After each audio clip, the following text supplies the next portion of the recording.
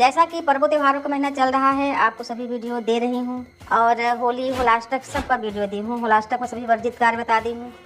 अब फिर एक वर्जित वीडियो यानी वर्जित कार्य का वीडियो दे रही हूँ, क्योंकि अब लगने वाला है खरमास। 1 महीने का खरमास लगेगा, जो कि 14 मार्च 2026 से शुरू होके 14 अप्रैल 2026 तक 1 महीने का लगेगा खरमास।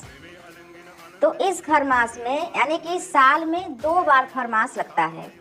जब सूर्य देव यानी पहला जो खरमास था वो 16 दिसंबर 2025 को लगा था और 14 जनवरी 2026 मकर संक्रांति को समाप्त हो गया था, जब सूर्य धनु राशि में प्रवेश किए थे। अब सूर्य मीन राशि में प्रवेश करेंगे। 14 मार्च 2026 से सूर्य मीन राशि में प्रवेश करेंगे, जो 1 माह तक रहेंगे। सूर्य 1 माह तक एक राशि में रहते हैं। जब भी सूर्य गुरु के राशि में जाते हैं यानी धनु राशि में और मीन राशि में, तो सूर्य कमजोर हो जाते हैं।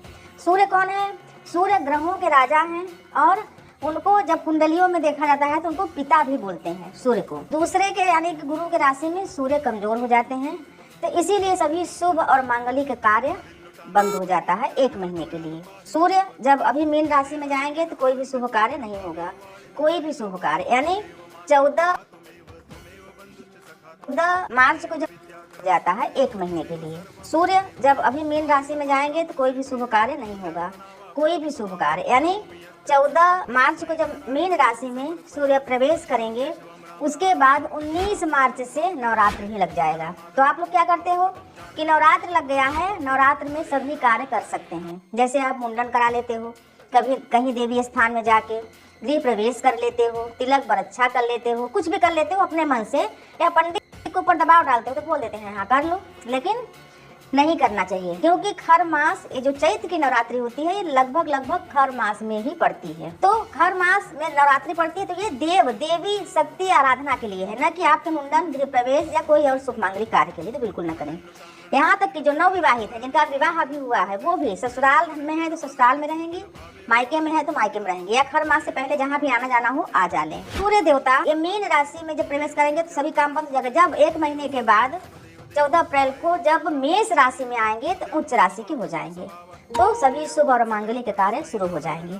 तो ये सब चीजें बहुत ही बेसिक जानकारियां हैं, सभी को इसको ज्ञात यानी सभी को इसको याद रखना चाहिए, स्मरण रखना चाहिए और इसको इन सब चीज़ों को मानना चाहिए। अभी 2 महीने पहले ही खर मास लगा हुआ था, जैसे बताइए अभी कि पिछले 16 दिसंबर से 14 जनवरी तक था। अभी 2 महीने के बाद फिर से दोबारा खर मास लग रहा है 14 मार्च से। इस खर मास में जैसे शुभ मांगलिक कार्य में सभी कुछ मना कर दी हूँ।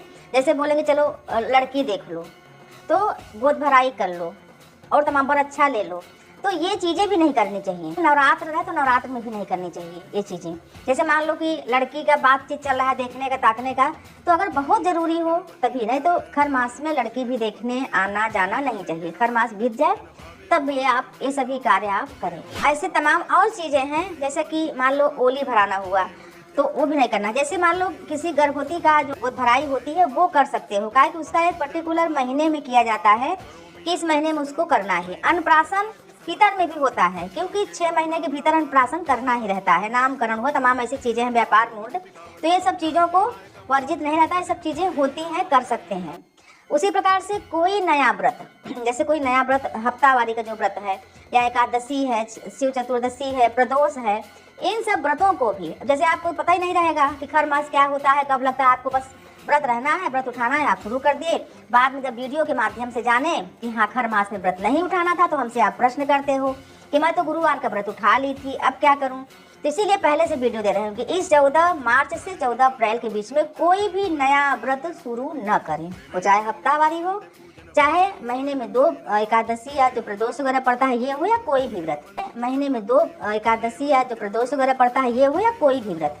अब बात आती है नवरात्रि की, तो नवरात्रि खर मास में पड़ती ही है, तो नवरात्रि का व्रत आप शुरू कर सकती हैं नए तरीके से। व्रतों का उद्यापन, जैसे मान लीजिए आप गुरुवार का व्रत आपका पूरा हो गया, आपको उद्यापन करना है तो उद्यापन न करें। जो हफ्तेवारी के सारे व्रत हैं, जैसे आप मान लो कि 16 गुरुवार माने हो, आपको गुरुवार पूरा हो गया तो बोलते 17वें गुरुवार में करना है, तो अगर आपका व्रत पूरा हो गया तो 2-4 ठो ज्यादा कर लिए तो उसमें कोई बुराई नहीं है, लेकिन खर मास में उद्यापन न करें। उद्यापन किसका करना है? सिर्फ 16 सोमवार का।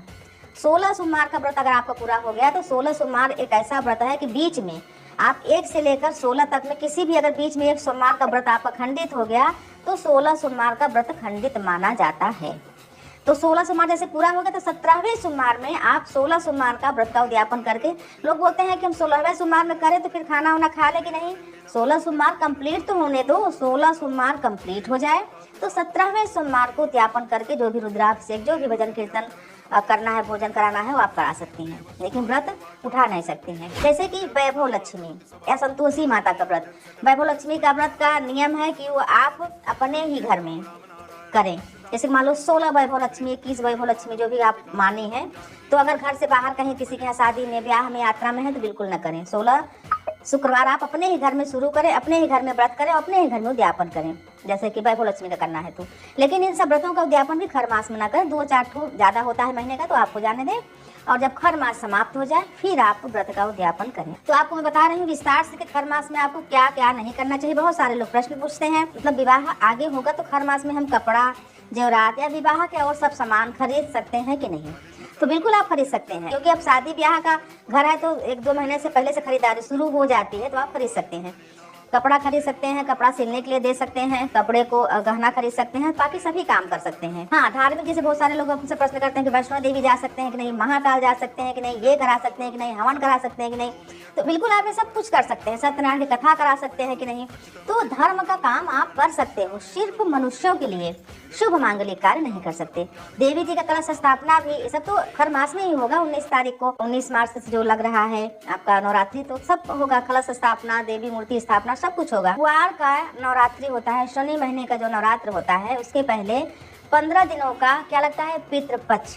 उसी प्रकार से ये जो चैत की नवरात्रि होती है इसमें भी नवरात्रि से पहले 15 दिनों तक लगता है, हमारी दादी लोग बोलती थी मरपक, यानी जो मरे हुए लोग रहते हैं उनका पक्ष रहता है और उनको याद किया जाता है, उनके लिए तिल तर्पण वगैरह, पितर जैसे तो पूजा नहीं होता, लेकिन ये मरपक 15 दिनों का, यानी कि चैत के महीने का जो कृष्ण पक्ष होता है, कृष्ण पक्ष का 15 दिन ये पितरजनों के लिए होता है मरपक। तो हर मास चलता रहेगा, उसमें मरपक भी लगा रहता है। फिर शुद्धि होता है तो नवरात्रि का पूजन होता है देवी मैया का, लेकिन शुभ मांगलिक कार्य नहीं होता। उजाले में देवी पूजा होता है और रामनवमी मनाई जाती है, श्री बजरंगबली जी का जन्मोत्सव मनाया जाता है पूर्णिमा पर, देव आराधना पर हर मास समाप्त होने के बाद ही शुभ और मांगलिक कार्य किए जाते हैं। बहुत सारे लोग पूछते हैं कि हम 4 पहिया वाहन खरीद लें कि नहीं, 2 पहिया वाहन खरीद लें कि नहीं, हम जमीन खरीद लें कि नहीं, हम फ्लैट खरीद लें कि नहीं, ऐसी मतलब जैसे खर मास बताए कि वर्जित है, नहीं खरीदना चाहिए, मतलब शुभ मांगलिक कार्य नहीं करना चाहिए, तो वो लोग प्रश्न करते हैं। तो जैसे आपको बहुत आवश्यक है ये सब वाहन, 2 पहिया, 4 पहिया या फ्लैट बुक कराना या भूमि खरीदना, तो बिल्कुल आप खरीद सकते हैं, इसमें कोई वो नहीं है, शुभ और मांगलिक कार्य में नहीं आता। जैसे कि मान लो वाहन खरीदना है तो वाहन आप खरीदें, उसका पूजन करवा लें, फिर उसको चलाएं देवस्थान में जाके। फ्लैट बुकिंग कराना है, दुनिया के काम तो रुकते नहीं हैं, लेकिन शुभ मांगलिक कार्य जो कि जीवन भर लोगों को निभाना पड़ता है, वो जो है 16 संस्कार वाले कार्य, गृह प्रवेश वगैरह, ये सब बहुत ही शुभ समय में करना चाहिए। तो आपको मैं खर मास के बारे में बताई।